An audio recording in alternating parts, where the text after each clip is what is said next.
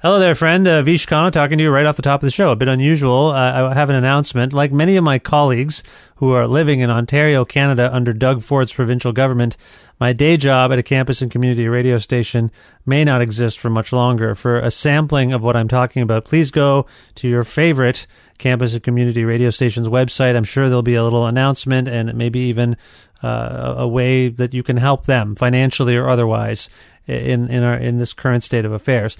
But because you're listening to this podcast, I wanted to tell you something. I would like nothing more than to keep making episodes of Creative Control every week, but that requires a significant bump in the revenue that this show generates so that I can feed my family and also house them too. I have decided that both food and shelter are important for my family. Call me old-fashioned.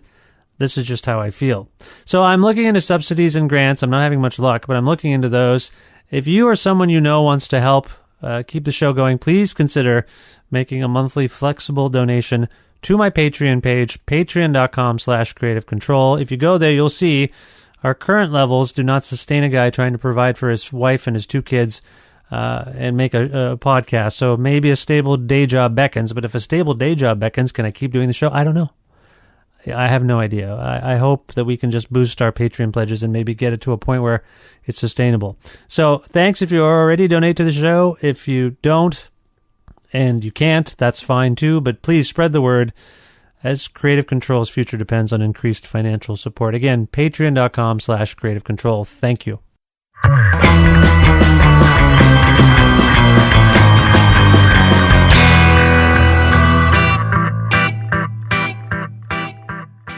Sean Ono Lennon is a musician, songwriter, and producer based in New York City. The only child of Yoko Ono and the late John Lennon, Sean has been prolific over his own musical trajectory, making solo albums and collaborating with others. In 2019, he's celebrating ATO Records' release of South of Reality, the second album he's made with Les Claypool of Primus, under the name The Claypool Lennon Delirium. The record has earned rave reviews and has prompted the band to tour extensively. And Sean and I had a chance to talk recently for both an Exclaim magazine assignment that I was tasked with completing and also for this show. And so we touched upon some personality questions, his relationship with his parents and how they inspired his interest in visual art, why he'd like to work with Bob Dylan, the Toronto show I saw him play with Chibo Matto as the band opened for Beck on the Odelay tour, his fond memories of hanging out with Michael Jackson at Neverland Ranch, and much more. With the support of listeners like you who subscribe to this podcast and spread the word about it, and make flexible monthly pledges at patreon.com/creativecontrol, plus in-kind support from CFRU 93.3 FM, Pizza Trokadero, The Bookshelf and Planet Bean Coffee in Guelph, and Grandad's Donuts in Hamilton, this is the 468th episode of Creative Control, featuring the gifted and talented Sean Ono Lennon, with your host, me, Vish Khanna.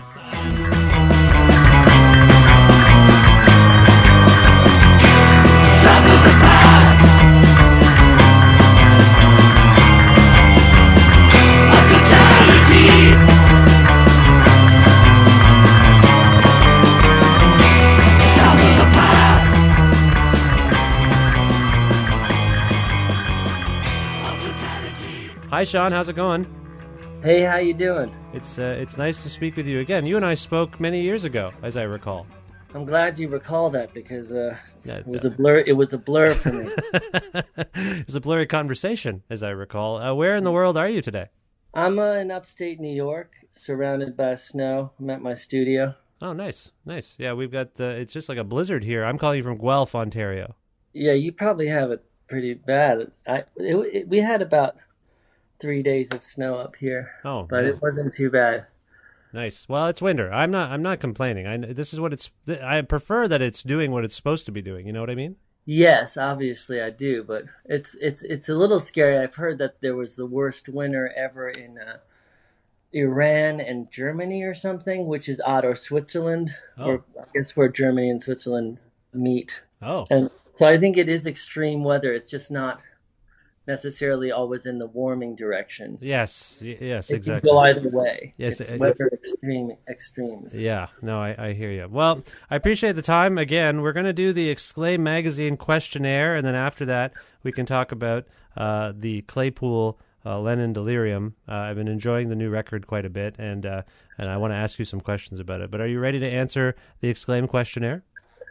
I think I am. What is it? A rating system, like 1 out of 5, or are we doing yes or no? No, it's actually, I'm going to ask you questions, and you have to answer them, elaborate as much as you can. There's no yes or, well, maybe there's a yes or no. No, there isn't. No. No, it's a kind of Jungian, it's like a Jungian thing. Yeah, it's like here's a question, why or what, and then you have to, and then I say, and can you expand upon it, that kind of thing. Oh my gosh, but I don't want to reveal the depths of my subconscious to the world.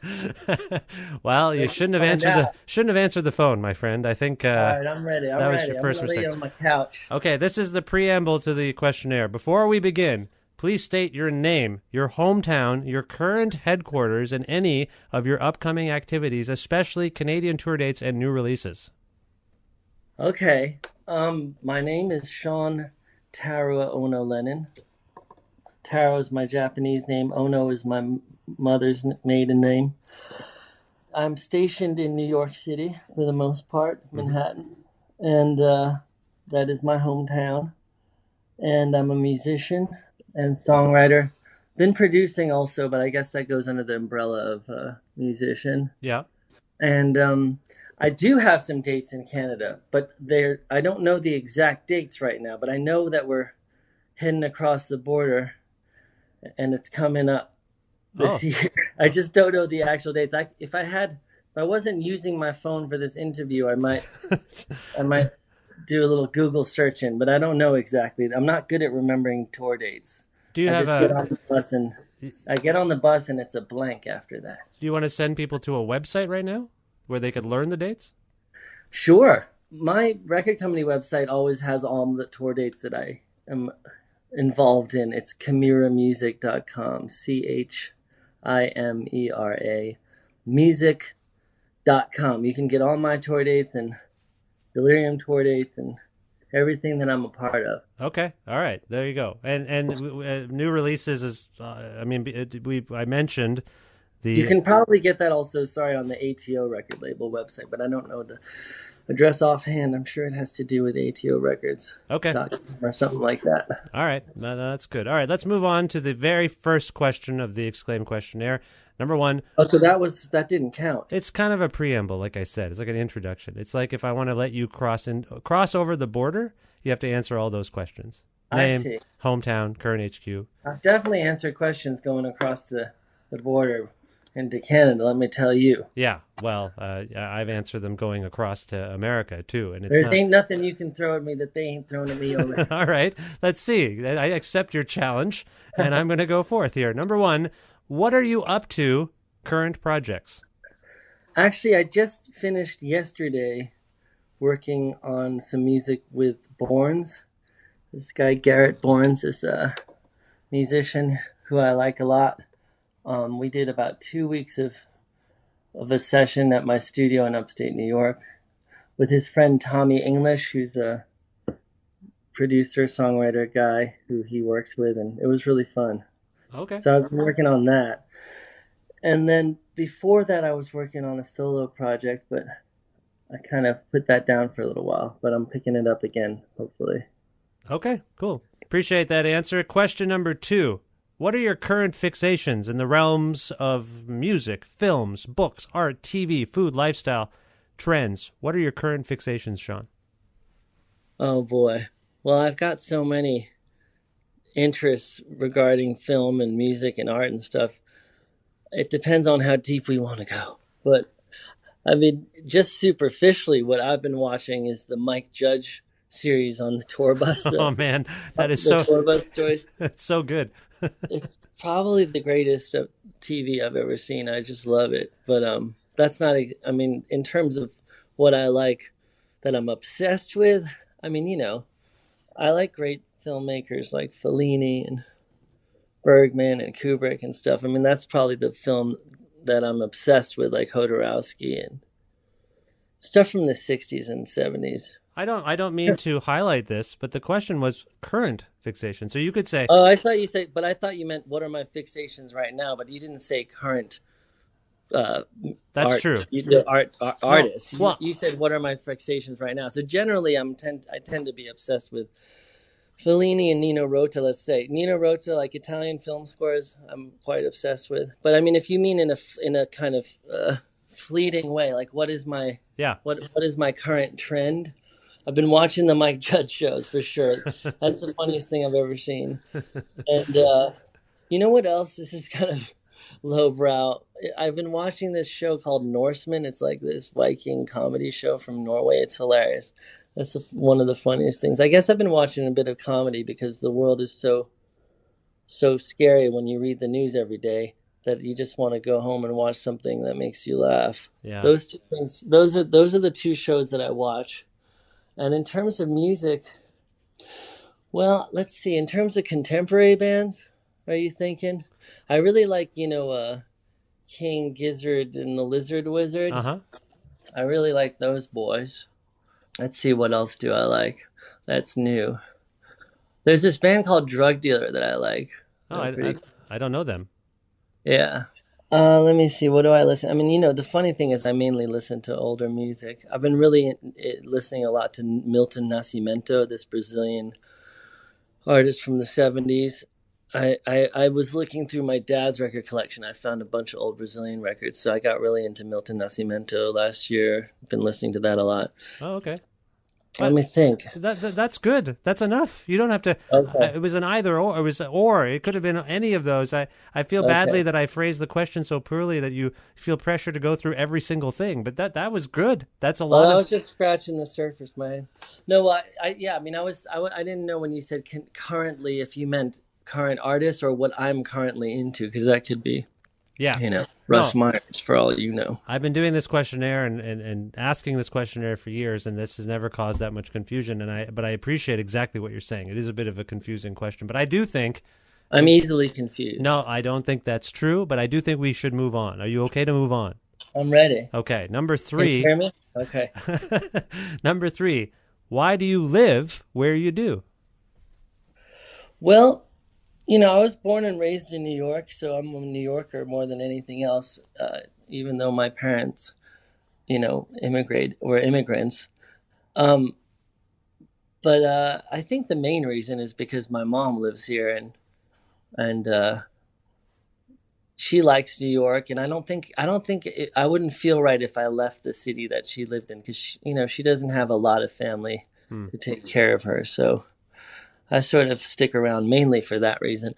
And also my girlfriend likes New York. We always talk about if we could live anywhere else, and I think I'm more open to the idea than she is. So I see. Okay. The women in my life are keeping me here.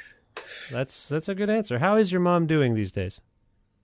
She's good. I mean, she's 85, so she's doing great, considering her age, and she's always had a lot of energy, and she's always busier than I am. Just even the last time I went to see her, she was planning another art project with somebody, and she's incredibly prolific. She just is always doing something. So I feel very blessed to have such an active mom at her age. Yeah, no, it is amazing. All right. Well, speaking of art, question 4, name something you consider a mind-altering work of art, and this can be in any media, but not your own. I love that you use the plural of media properly. It's very Canadian. Yeah. I'm Canadian. I know how to talk. Yeah, I talk good too. I don't know. I don't even know what I just said. I don't know what that means. Actually, I'm sorry. I guess the most mind-altering movie for me would probably be Holy Mountain by Jodorowsky. Yeah, it's a film that my dad produced with Alan Klein, who was the Stones and later the John Lennon manager, or part of the Beatles manager, I guess you'd say. Yeah, that's one of the trippiest movies ever. If you watch that, it's hard to watch it all the way through. It's so aggressively surreal. It's really interesting.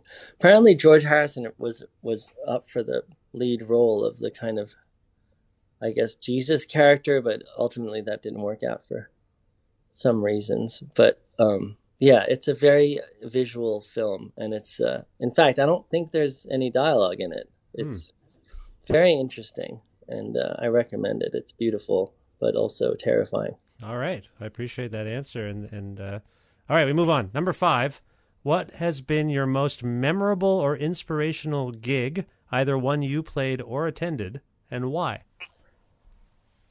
Man, this is going to be hard. Let me think. The most memorable one. The most memorable one I may have been a part of or not. It's hard to say because I've been to a bunch of gigs that I really loved. You know, I got to see like this. I got to see the second run, I think it was, of the Pink Floyd The Wall tour Oh, yeah. when I was young, and I think that was my favorite show of all time. No, but the other show that I saw that blew my mind as well was Prince, though, Oh, on Purple Rain on that tour, and that might have been, I don't know. It's hard to say which one was, but I think honestly I like The Wall better. I'm more of a Pink Floyd fan. That was probably the greatest show I've ever seen because they did the Frankenstein in the bed and the floating pig, and I mean it was just so mind blowing. And at the time, I didn't know much about Pink Floyd, but I mean, I didn't know that it was the second time they'd done the tour or something, or that it was the revival. But to me, it just seemed like the greatest show on earth. I remember all the lasers and the lights and the music, and I think that impacted me the most, probably. I think it was at Giant Stadium, but it's hard to remember because I was so young. right. But that show really kind of stuck with me. I mean, the production on that tour was just so over the top. I don't think I've ever seen anything like it since then. No, it revolutionized concert performances, didn't it? Like that tour just changed everything. Everyone had to go big after that. Yeah, I mean, it's hard for me to view it in context again because I was so long. But I mean, as far as I understand it, it wasn't just the wall of Pink Floyd that revolutionized, concert going and technology. It was their whole careers. Like when they did live at Pompeii, that was raising the bar too. I don't think there's anything that was that well recorded in a field recording that was also a film. I Yeah. mean, that was sort of raising the bar in terms of technically just the setup is incredible. The the PA and the speakers and the recording and that it's live and it's being filmed and there's like aerial shots. It's pretty mind blowing.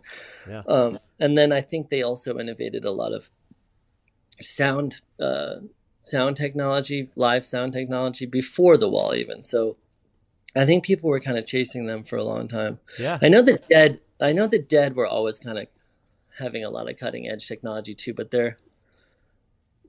I think Pink Floyd was probably, I don't know, they were pioneers in a lot of live like surround sound stuff.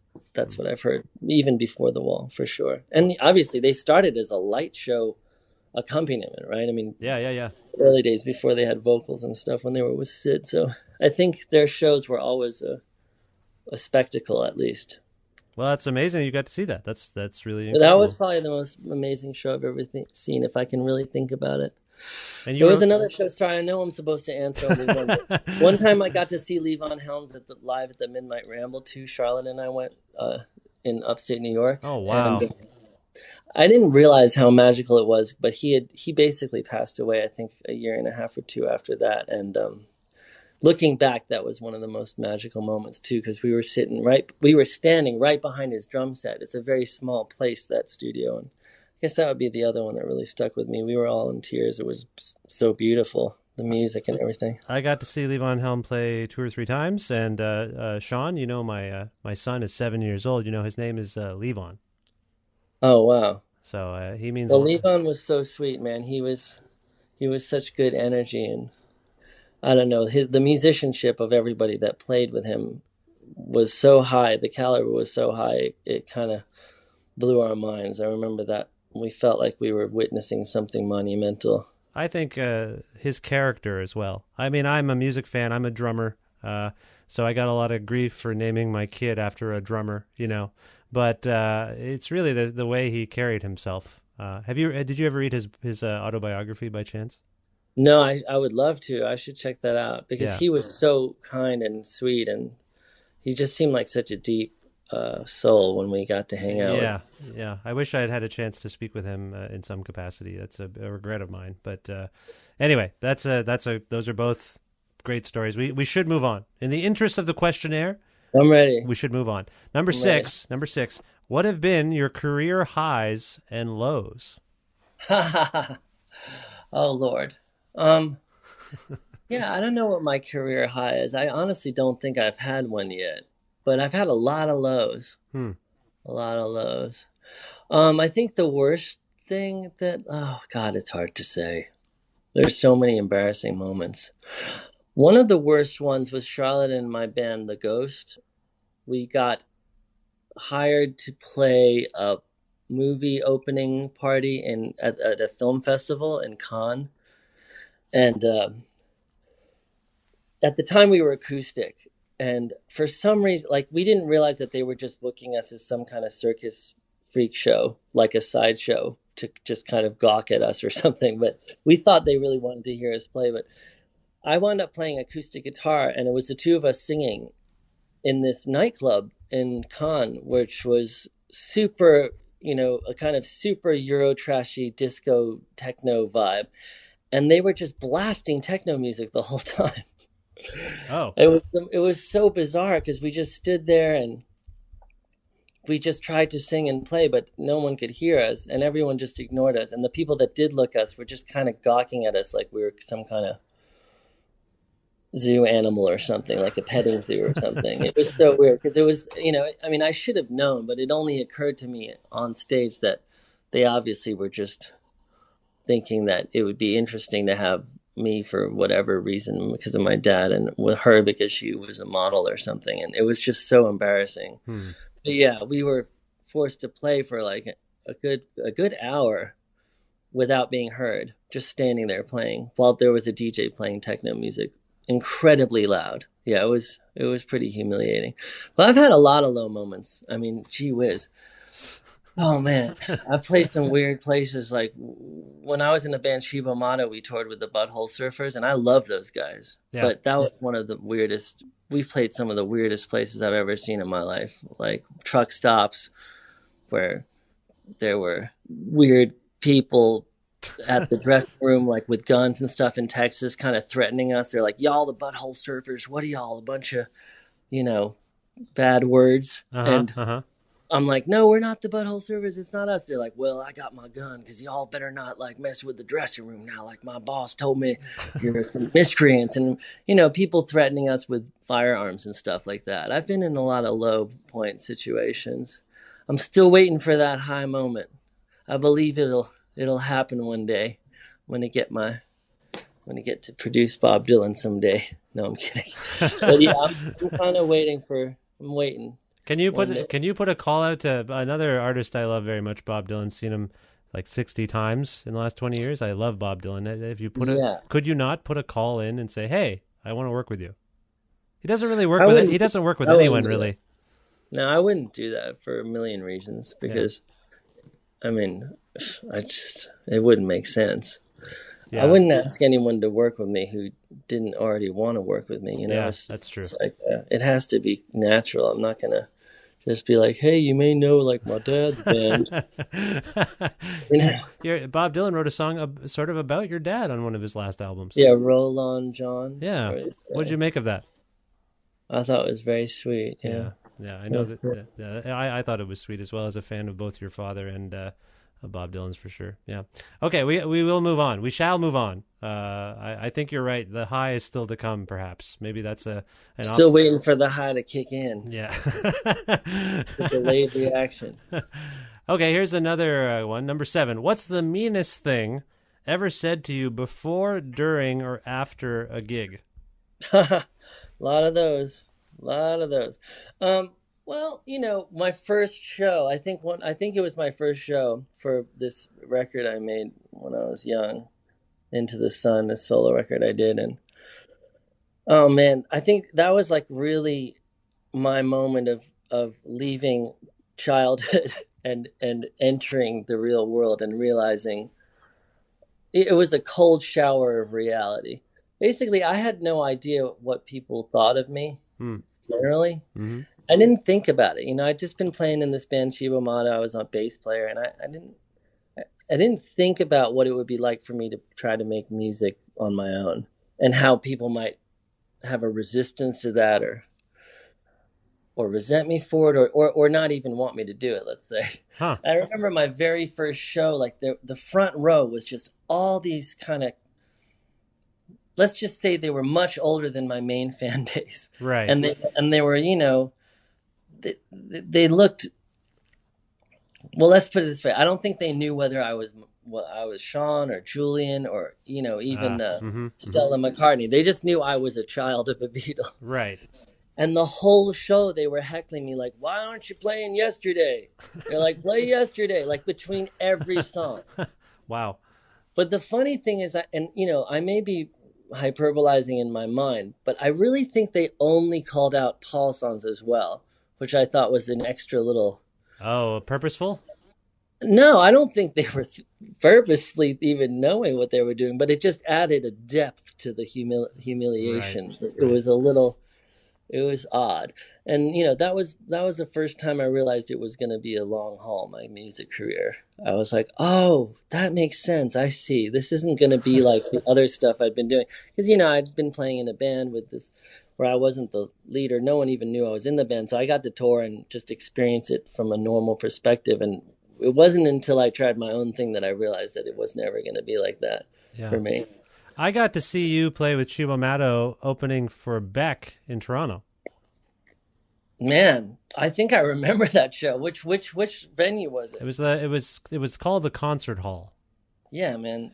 Of course I remember. Masonic that. Temple or something like that. And yeah, that was beautiful. You guys that was you one were of the best great. tours I've ever been on. Yeah, well, you were great. I loved Cibo Matto already, but like I didn't know you were. I mean, this is going back, what, 20, when was that? That must have been 97, 98 or something like that? It was sometime between 1895 and 2050. Well, anyway, it was great. And you looked like you were having a lot of fun. I was. Yeah. That was before the world broke me. That was when I was still filled with positive energy and dreams and optimism.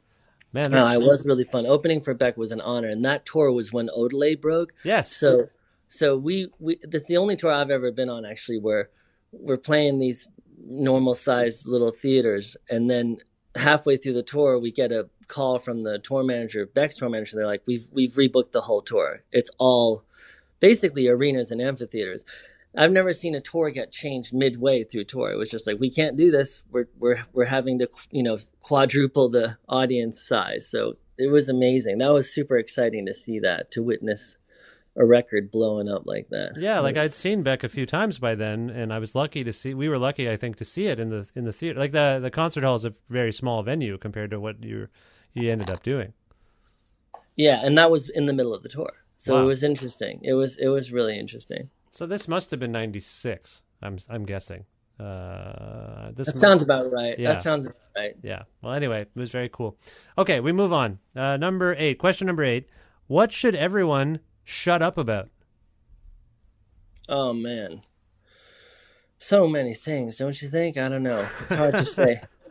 I mean, yeah. I mean, I just did one of these with Jeff Tweedy. You know Jeff Tweedy? Yeah, you must be friendly with Jeff on some of them. I've performed with Jeff before. Yeah. I love Jeff. And I was roommates with Nels Klein. Yes. Who is his guitar player. Nels has become a dear friend of mine too. And anyway, Jeff, when he answered this question recently, what should everyone shut up about, said everything. And I that's happened before, but that's kind of, I was just thinking about it. I mean, we live in an age where we all of us are able to air like the slightest thought on a whim that we have through all these social media platforms, and it just feels so unnecessary.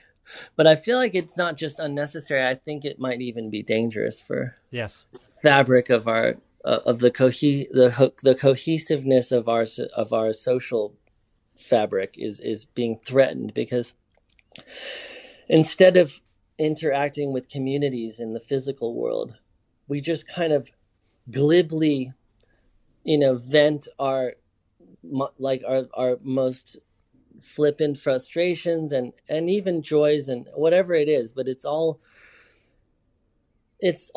relatively unidirectional.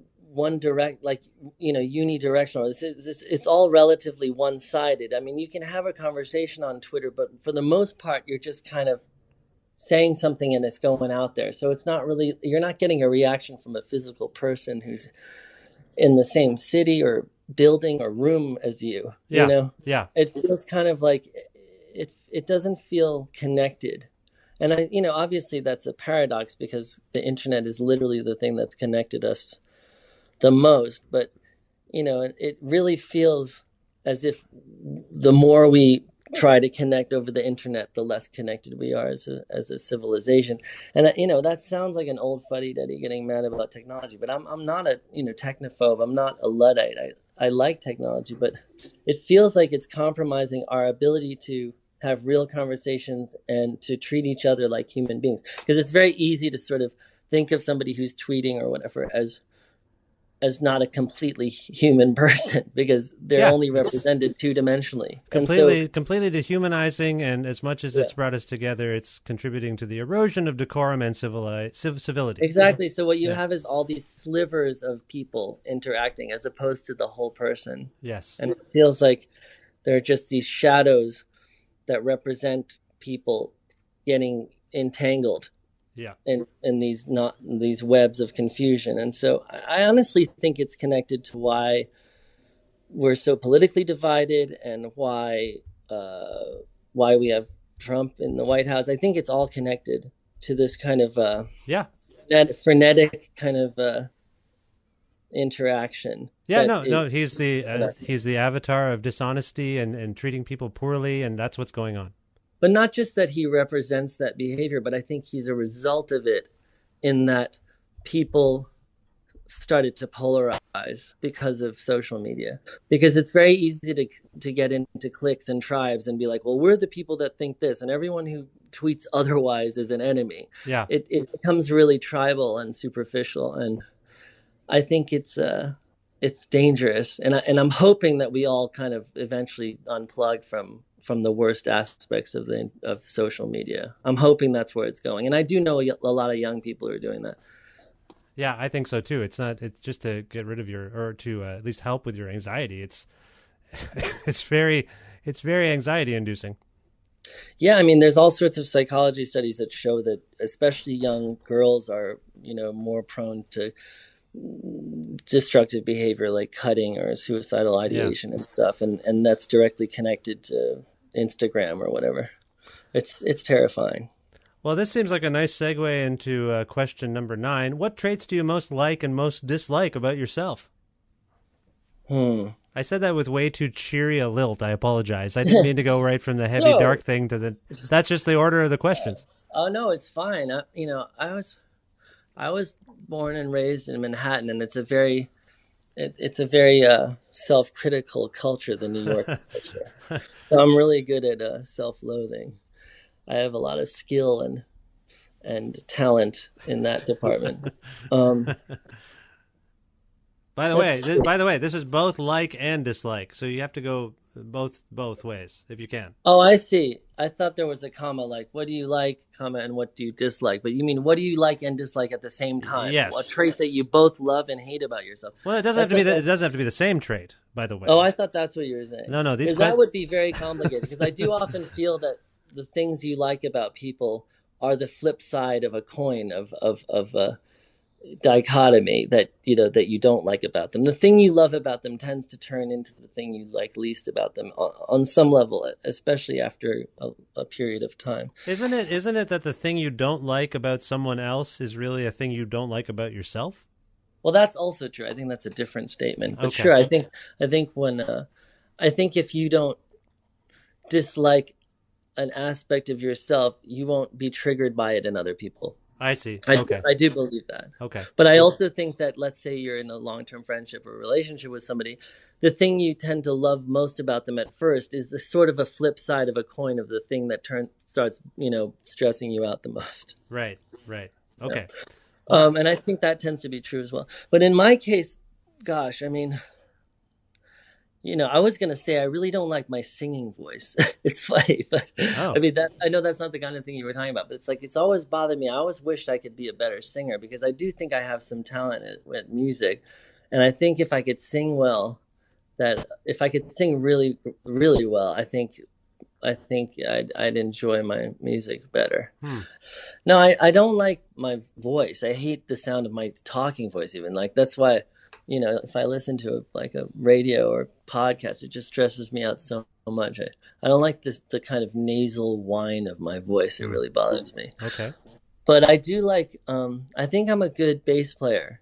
When all is said and done, I'm okay on guitar and piano, and I'm a pretty good songwriter. But I think what I'm really good at is bass playing, and so that would probably be the thing I like about myself the most is I can pretty much hold it down on a bass. If you throw a bass into my hands, I can slap it for you. All right. All right. That's a good answer. All right. We move on to question 10.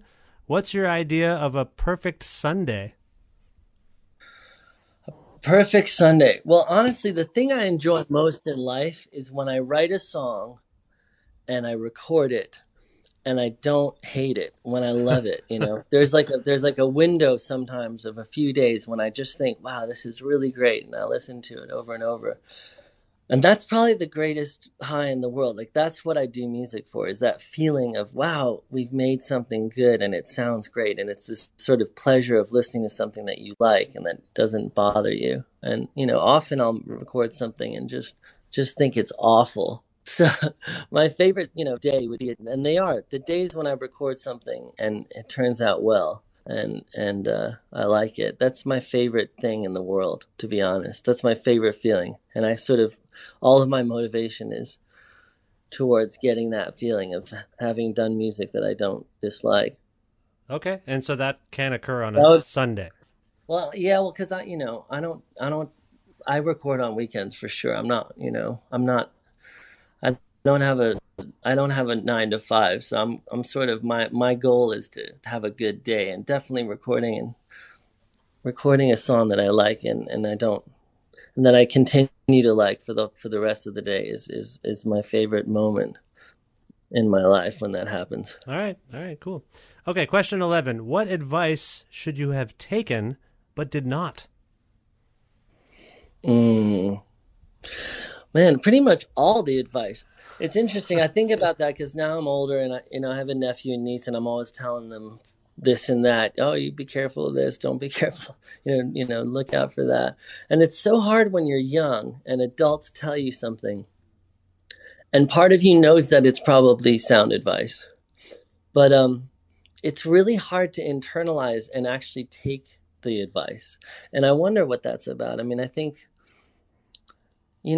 we're, as human beings, until we touch the flame, it's hard to understand what hot is. Yeah. Um, yeah. So I mean, everyone told me not to smoke cigarettes when I was young, and I did it anyway. And I think that I wonder why I did it. I think I did it for a lot of stupid reasons, like. Well, my dad always smoked, and he was always a hero to me. So he always had a cigarette in every picture. Yeah. And my memories of him were smoking. Same with my mom; they both smoked all day. Yeah. And so I think the stupid choice that I made was thinking that because they were cool, that the smoking must have been a part of that coolness. And it took me my whole life pretty much to realize that they would have been even cooler if they hadn't smoked. That Yeah. it would have been really cool if they'd been doing all the stuff they did, and on top of it were smart enough to not smoke. That would have been great. Took me a long time to realize that. So that's the kind of advice I didn't take. Everyone told me that smoking was bad, and I smoked anyway because I really identified with this idea of like, oh well, this is what you do if you're a musician or whatever, an artist. And it's such a dumb idea. So I haven't smoked for a couple of years now, but still it's something I regret deeply. All right. Well, at least you've come to terms with that. That's great. All right. We move on to question 12. What would make you kick someone out of your band and or bed, and have you? Yeah, I have, and or well, um, I've been in this business for some time. I've experienced a lot of things, and yeah, I won't I don't want to mention any names, but I have had someone in a band of mine who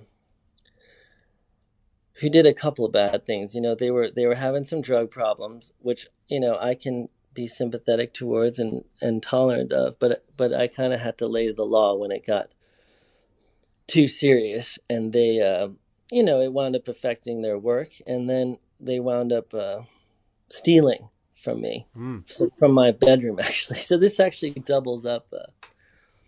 This doubles up as a bedroom story as well. So I kicked them out of my bedroom because they actually wound up stealing some stuff from my house, and that really hurt my feelings. And they stole it, to sell it for whatever, to get high, and it really hurt me. And I had to kick them out of the band, or it wasn't a band, but it wasn't an official band, but I had to kick them off, the team. And yeah, that hurt a lot. And you have to have boundaries. And the person that was someone that I loved, so it was hurtful. There was another time a tour manager of mine didn't show up to the morning call to leave Amsterdam. We were on tour in Europe, and our tour manager didn't show up, and I was like, man, where is he? So I had to get the hotel manager to break into his bedroom because it was illegal. He was like, no, we can't break into the bedroom. And I was like, look, he has the float, which is all the Yeah. finances Yeah. for the tour. I was like, he has the float. We have to break into the room. So I get the tour manager, the hotel manager, to break into the tour manager's room, and we opened the door, and it was just like chaos in there, but he wasn't in there. But there were like 3 TVs rolling with all sorts of nasty stuff on it because it was Amsterdam, and there was just powder everywhere and like clothes everywhere, and I was like, man, he's gone. I don't know where he is. So I rummaged through all of his belongings. I found the float, took the float. I wound up tour managing the rest of that tour. We get on the plane, and I get a phone call from him, and I'm on the plane, and I'm like, hey guys, it's him. I'm not going to mention any names. And my band looks at me. This is like 9 hours after he was supposed to be getting us to the airport. And I'm like, should I pick up? They're like, yeah. And I pick up the phone, and he just goes, I'm sorry. I'm so sorry. And hangs up. That was it. Never saw him again. Yeah, I think he got a little bit too excited to be in Amsterdam. Let's put it that way. Yeah, it sounds like it. That's a fascinating story. All right. Yes, Well, I had to fire him too. And believe it or not, he tried to get on the next tour with me. And I'm just like, I'm sorry, man. You know, that's too much. You can't do that and keep working with me. So yeah, I do have limits. yeah. Well, that sounds like maybe something that you think of when you think of Amsterdam. The next question on the questionnaire is, what do you think of when you think of Canada? Well, Joni Mitchell, Neil Young, I guess would be the first thing. I think about my friend Rufus Wainwright and his mom Kate and his sister Martha and that family. I remember touring up there with Rufus when I was young, and getting to experience Montreal. It was so cool. And their scene was so cool, and they were all so talented. They used to sing Christmas carols and stuff as a family. I just remember being blown away by that experience. But yeah, I think about Neil Young, actually. I Yeah. think about John Candy, I guess. I don't know. I think about comedy and music, I guess, and the cold, I guess, maybe. I don't know. Did you ever meet John Candy? No, but I was a big fan. Yeah, he was unbelievable. Absolutely. Did you watch SCTV? Yeah, exactly. That show, man, was so funny when I was a kid. There's something, there's something really funny. Like Canada has its own humor culture that's pretty incredible.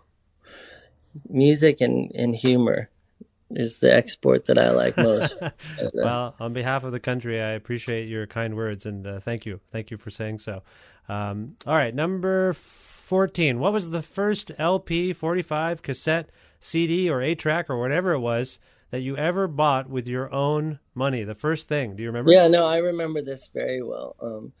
I used to get I used to get money for my teeth from the Tooth Fairy. I think it were like silver dollars or something, but they weren't silver. They were just like these coins.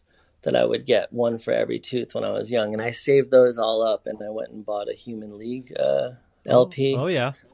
It was the one with that song Fascination on it. Mm-hmm. And yeah, I mean, that was my favorite song ever at the time. And I also just remember the video for that song. I forget what it was called. Like, oh yeah, Don't You Want Me? I was working as a waiter in a cocktail bar. That one. Yeah. And I remember seeing the guy had like eyeliner and lipstick on, and he just looked like the coolest, sexiest dude I'd ever seen. And I just remember like the whole thing just confused me because I was all titillated by the song and feeling all sorts of strange feelings and getting excited about it. And I think it just messed me up in a good way. It was an awakening of some sort. It was so edgy, you know, for me at the time, to see their brand of whatever sexiness was exciting for me. So yeah, that was my favorite album when I was really young, and went out and bought that with my tooth fairy money. Nice. That's great. All right.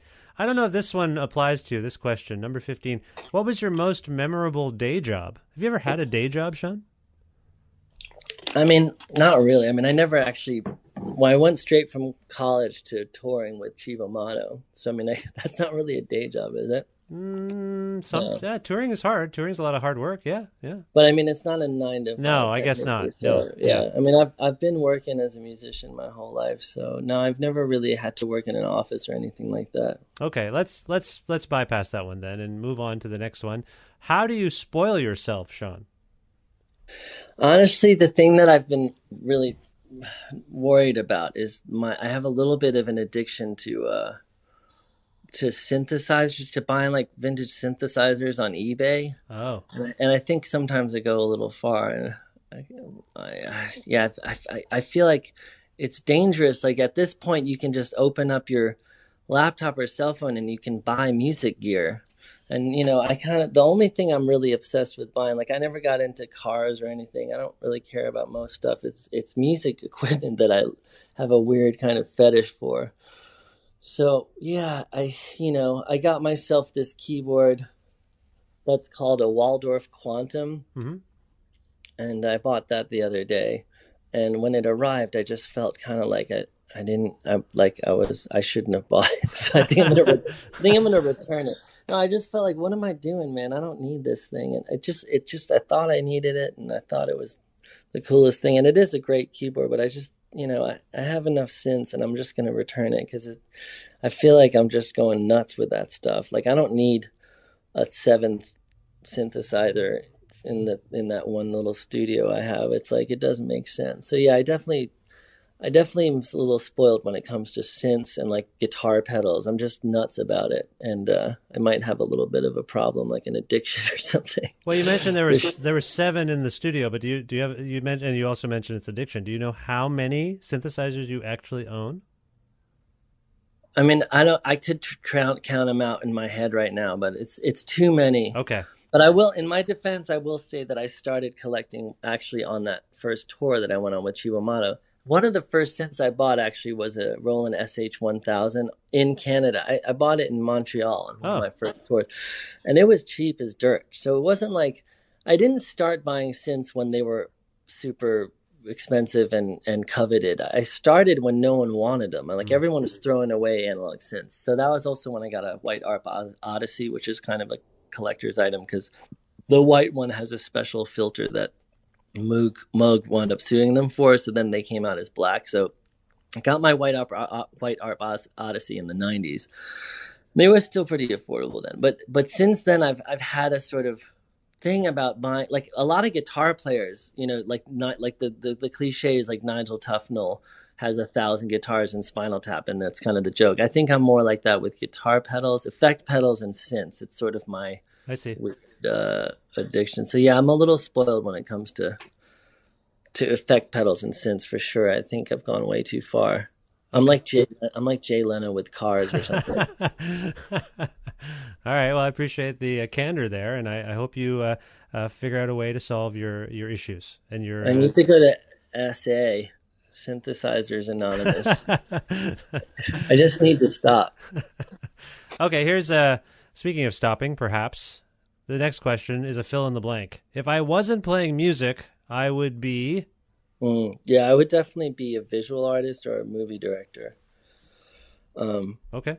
in fact, I think I'm way better at drawing than I am at playing music, probably, which is weird because I should do that then. But I think it's just too lonely drawing.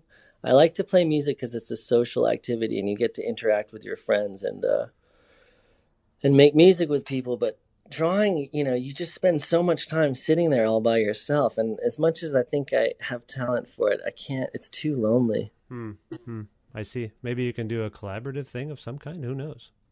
Yeah, I don't know. That's not my thing though with drawing. Like I have done an animation once. I did an animation for a music video of mine Yeah. for this album I did called Friendly Fire, and that was collaborative. It was fun, but I don't know. It wasn't. I don't know. It's not as I don't have as much of a passion for it as I do for music. Let's put it that way. But I do think I have a maybe better innate talent for it. Okay. Probably. Well, I mean, given your parents' pedigree in terms of being visual artists, it makes sense to me that you would be good at it. My mom is very good at drawing, so I think. I thought your dad was a good drawer too, if I might say. Oh, he certainly was. Yeah. But my mom is really good. Let's say. Yes, your mom is on a whole other level, but I thought your dad was good too. Is all I was. No, he's great at the cartoon kind of thing. Yeah. He was really good at that. Those were very influential to me as a child, loving your father and loving being influenced by your dad, and being immersed in everything that I could get my hands on, and discovering his drawings, his illustrations. That meant a lot to me too. Yeah, me too. I mean, in fact, I started to draw because of my dad, for sure. Oh, I see. We all of our magazines would be covered with little UFOs and guys running around. Like he would draw on photos of National Geographic and stuff, and he liked to do collages and cartoons. And I started drawing because of that. In fact, he used to do drawing games with me. So we'd sort of he'd start a drawing and I'd finish it and vice versa. It was fun. But then I think I got more serious about it when I was older because of my mother. Yeah. Yeah. Okay, we're moving on to another question. We're almost done, by the way. Thank you, Sean, for engaging in the Exclaim questionnaire. You're welcome. I just hope I get a number after this that tells me whether or not I'm crazy. Yeah, I'll assign you a number at the conclusion for sure. Here's the next question. What do you fear most? Besides death? I mean, what else is there to fear? I don't know. I have no idea. I mean, gosh, in this day and age, there's just such a long list of things we're supposed to be scared of, from meteor impacts to cometary impacts to ice age, pending ice age, the Anthropocene, human-caused mass extinction, and that's all death. Nuclear war. I mean, yeah, I mean, all that stuff is terrifying. Yeah.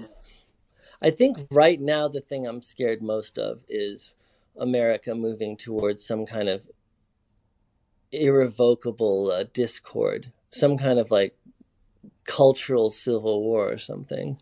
That really scares me right now, to be honest. It feels like our country's being torn apart from within, and it's very sad. Yeah. And I hope that we find a way out of this darkness into a time when we are able to listen to each other again and have real conversations and not just yell at each other from across the canyon of the internet. I agree with you. And speaking of hope, that segues nicely into our next question. Sean, what makes you want to take it off and get it on? I've got a very low threshold, man. Just give me a box of Manischewitz and I'm down. Okay, for future reference, that's good to know. I'm naked right now. No. All right, please don't say that. I'm wearing socks. Okay, all right. Well, that paints a more not on my feet though. Oh my God. Okay, yeah, I know. You're getting hot, aren't you? I don't know what to think. Yeah, well, don't think. Just go with the flow. All right, here's the next question, because I think that's a sufficient answer. Everything you just said works for that answer, for that question. Okay, good. The next question: what has been your strangest celebrity encounter? Perhaps you are the celebrity. Perhaps someone else is the celebrity. Well, I don't consider myself a celebrity. I think people get confused about that. I am the child of two celebrities. It's very different. Okay. Because I know what celebrity is, and I ain't got that. thing. But Okay. I do. Some people recognize me, but it's never because of me. It's because of my parents. So that's more like a secondary kind of celebrity. But Sure. yeah. Oh man, I don't know. I've got to think about it because there's some that I probably can't even talk about. If you're talking about crazy, um, Strangest, I believe, is the phrase I used. What has been your strangest celebrity encounter? strangest. Oh man, I've got to really tread carefully here. Oh man. What do you have, a book deal or something? You're going to reveal all this in a tell-all memoir? Oh no, no, I can't. No, I can't. There's things I can never say, probably. That's Really? how it is. Wow. Well, you want to be respectful, right? So other Oh than well, I guess one of the strangest things, to be honest, is what I actually wrote a song about it. Bubbles Burst on the last Delirium album, Mhm. and I think it's just one of many stories I have that are interesting from having a different kind of childhood. But it's a song about being friends with Bubbles, Michael Jackson's chimpanzee, Oh, and spending time out at Michael's house in California with Bubbles and the boa constrictor and a bunch of other animals. And yeah, I think that was a super strange time, but not in a dark way, in an odd way, in a unique way. It was odd because Bubbles was all dressed up as in a kind of dandy outfits, and we were all running around playing video games and with this chimpanzee. And it was a surreal scene. It was kind of part Charlie in the Chocolate Factory, part Doctor Doolittle, yeah.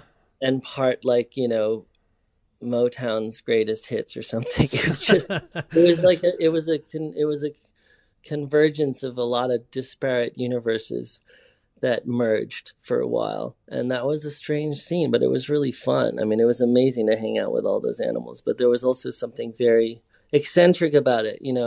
Well, yes, obviously. Was Michael cool with you? He was the coolest dude I'd ever met, for sure. Okay. I mean, people, they have a lot of opinions about him, and like anything else, my opinions can only be based on my experience. But he was super fun to hang out with. I mean, he was like a big kid. So Yeah. the time that I got to spend with him was, just it was like Disneyland all day long. He'd set up water balloon fights and pie fights in basketball courts, just really fun stuff where he'd like invite up all his friends over, and there'd be two teams and everyone would dress in garbage bags and throw pies at each other. It was like super high level fun. Okay. And it was orchestrated fun and insanity. And I mean, whatever happened with him and anyone else, I have no opinion of because I wasn't there. But in terms of my experience, it was a really fun time, but it was a strange time, and there was something weird about the whole thing. I mean, there's something odd about having giraffes in your house on Yes. your property, and there's just something strange about the whole thing. But when I talked about it in Bubbles Burst, the song, I wasn't trying to be critical. I was simply trying to document the truth. This happened is Yeah. all I was saying. Yeah. And I wasn't. Well, I think a lot of people thought I was criticizing him or not criticizing him or whatever, but it wasn't about that. The song was really just documenting a strange time, like a surrealist moment of my life that was memorable. Let's Yeah. put it that way. Yeah. Well, speaking of such things, in the same vein, who would be your ideal dinner guest, living or dead, and what would you serve them? Honestly, if I could have a dinner with anybody, it would probably be Einstein. Oh, why Albert? I mean, this seems like a weird thing to say, but why would you want to have dinner with Albert Einstein? I just think all of the deepest questions you've ever had, he'd be the kind of person you'd want to ask those questions to. Hmm. I heard that he had very plain taste in food, that he pretty much ate the same thing all the time, and it was pretty mild Austrian food, just like sausages and potatoes or something. So I'd probably try to serve whatever he liked. But I'm a big science groupie. I don't people I try not to say I'm a science nerd because that would imply that I actually understand science, and I'm not. I Yeah. wasn't the greatest student, but I'm a science groupie. I really love scientists, and I love thinking about those subjects, relativity and special relativity and quantum mechanics and stuff. And I want to ask him about time, basically. I'd want to ask him what he thought time was really. I mean, I know he wrote a lot about that, but it'd be interesting to have a conversation with him about that kind of thing. Yeah. I would love that if in an ideal world. That's cool. That's a good Maybe answer. Richard Feynman, but definitely I think Einstein above all other people. He just seems like such a monumental genius. Maybe Da Vinci, but Da Vinci, I don't speak Italian, so that might not have worked so well. Right. Right. Good call. Okay. Well, that's a good answer. All right. We're almost done here. Here's another one. What does your mom wish you were doing instead? Probably making her dinner or something, hanging out with her more. She definitely prefers when I'm around. Okay. So I always feel guilty if I don't spend enough time with her. Okay. Well, final question of the questionnaire. What song would you like to have played at your funeral, Sean? Yeah, I've thought about that. I mean, I think Chopin wrote his own Requiem, um, and Mozart did. I mean, in those days, I think it was normal to write well, I think Mozart didn't write a Requiem for himself, but it turned out being that. Right. Um, yeah, so I don't know if I would want to. It depends. My mood changes about this answer because it depends. Like, do I really want people to be super depressed at my funeral? Like, do I want to inflict them with crying while listening to, Mozart's Requiem or something, or do I want to just like make it easy for them and let them listen to like I don't know, an Andrew Dice Clay comedy album? I'm not really sure. I kind of feel like my instinct would be to play something really beautiful and sad, but then that just feels kind of narcissistic. Like, I hope you're like super sad now. So the other part of me just kind of wants to not make a big deal about it. And I think the truth is I don't really care what happens after I die so much. I'm a lot more focused on what happens while I'm alive. Let's put it that way. All right. Fair answer. That's a fair answer. Sean, thank you for answering the Exclaim magazine questionnaire. I hope you learned something about yourself. I hope you learned something about me. No, I did. That's very intimate. That's not the most important thing. It's that you learned something about yourself. And I want to ask you now a question about the Claypool Lennon Delirium and South of Reality. We don't have a lot of time left, but it's a great record. Is there something in particular you want to convey to the people who are about to listen to this album about maybe what kind of headspace they should get into in terms of what you're talking about, the two of you and Les? Well, I guess our album is sort of an epic prog psychedelic album for the modern person because it's kind of rooted in King Crimson and Utopia and Yes, but the subject matter is very contemporary, and we're talking about how strange the world we live in is and how differently strange from the past. And so I think it's a good record for today to sit and reflect upon the strange surrealism of the modern world. Is it strange and surreal for you to be working with Les Claypool? It is. I mean, it was at first because I was such a big fan of Primus when I was a kid. So, yeah, that was kind of it was kind of a dream to get to play with him. But now we're such old friends that I've kind of I've become comfortable with it, and it's even more fun now because I'm relaxed and I feel like I can do a good job without overthinking and worrying about the fact that I'm playing with a legend. Nice. Well, it's a cool record. As I say, we are at a time. I think. Well, you know what? I thank you. I thank you for all of the time. You gave me a lot of time, Sean, and I really do appreciate it. It's nice to speak with you again. If there was one song from South of Reality that I could play for people right now that you can select for us, what song would you pick? The one that I'm feeling the most right now is this one, Blood and Rockets, that is about Jack Parsons, the man who started Jet Propulsion Laboratory and that turned into NASA. It's about him and his very interesting history. He was not only a rocket scientist, but he was also a member of Aleister Crowley's cult, and he wound up blowing himself up in an alchemical experiment. So the whole story is really out there. I got it from this book called Sex and Rockets, and it's an interesting story, and I think it's a fun ride. All right, this is Blood and Rockets by the Claypool Lennon Delirium. Sean, thank you so much again for your time, and best of luck with everything going forward. Thanks a lot. Take care.